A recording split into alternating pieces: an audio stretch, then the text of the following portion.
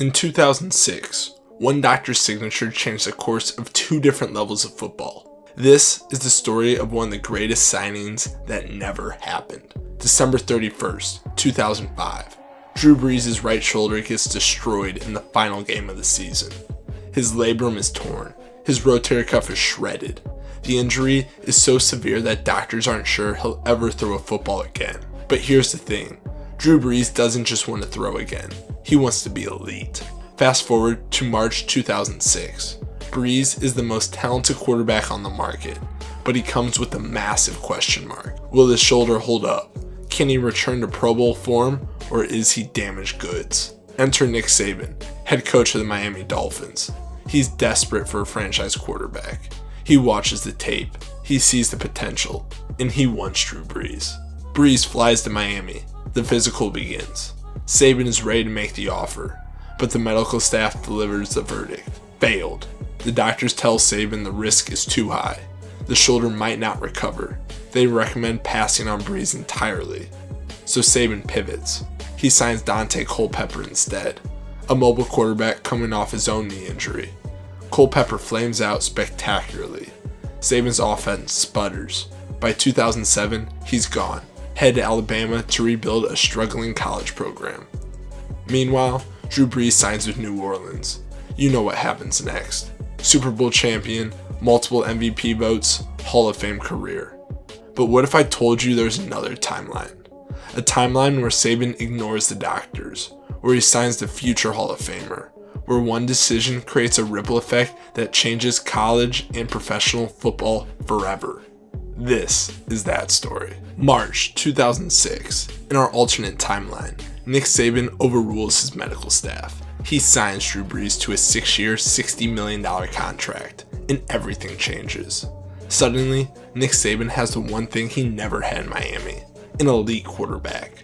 Brees' pinpoint accuracy pairs perfectly with Saban's defensive philosophy.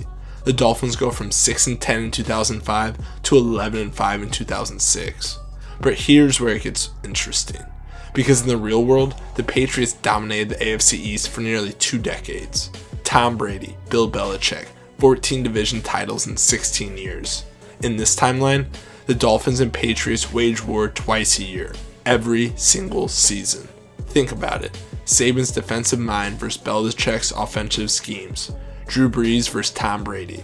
2 Hall of Fame quarterbacks, 2 genius coaches in the same division. The AFC playoff picture looks completely different. Instead of the Patriots walking to home field advantage year after year, they're fighting tooth and nail just to win their division. Wildcard appearances, road playoff games. The dynasty doesn't disappear, but it gets challenged in ways we never saw.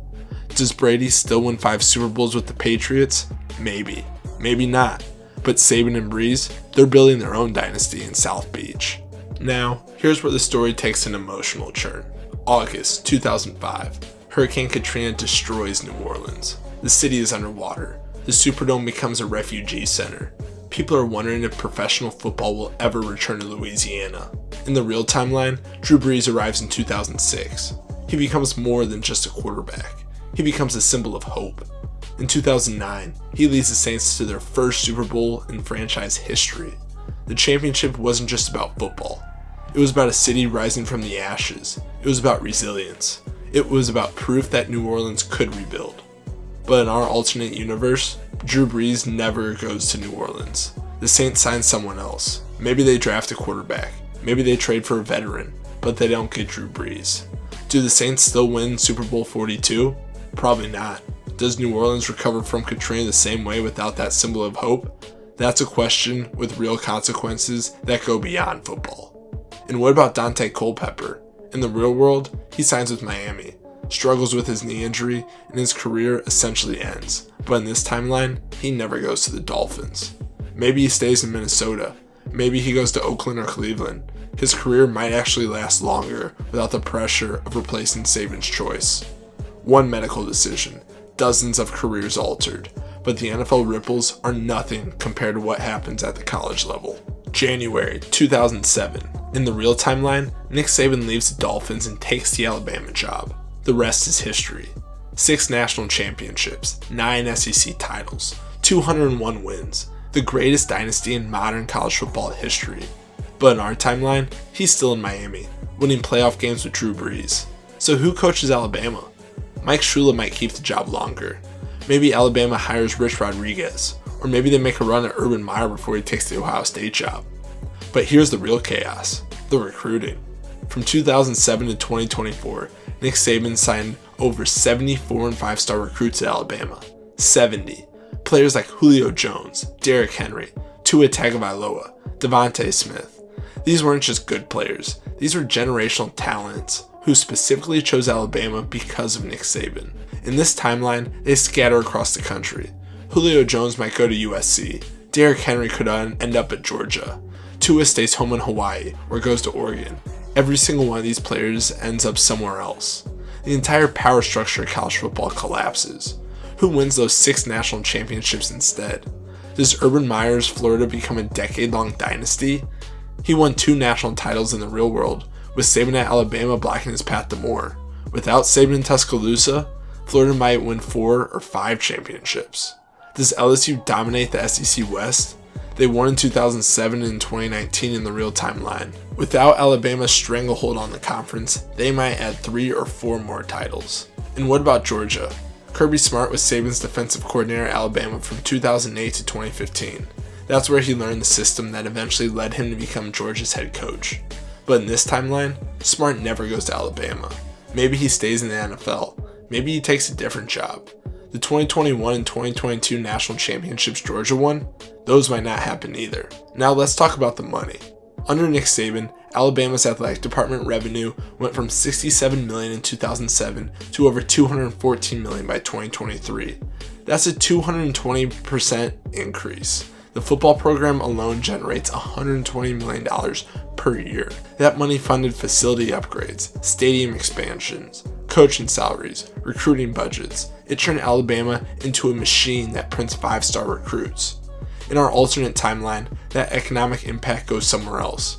Maybe Florida's athletic department explodes. Maybe LSU becomes the SEC financial powerhouse. Maybe a program we're not even thinking about rises to prominence because they have the resources Alabama had in the real world. The entire landscape of the 2024 college football is unrecognizable. The teams competing for championships are different. The coaches are different. The players are different.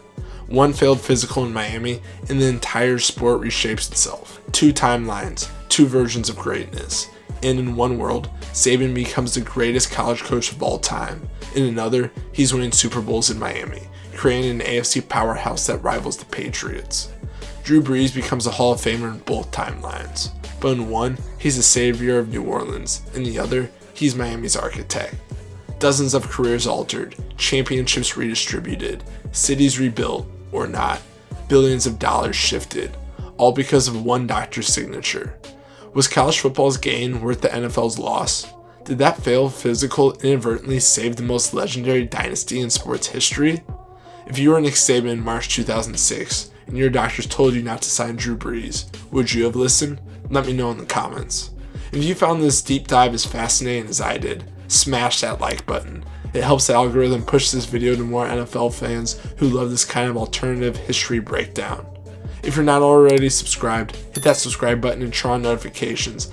I'm breaking down the biggest what ifs and statistical deep dives in NFL history every single week. But seriously, Saban with Brees in Miami or Saban's dynasty at Alabama? Drop your answer in the comments. I'm reading every single one. Because sometimes the most interesting stories aren't about what happened, they're about what could have happened.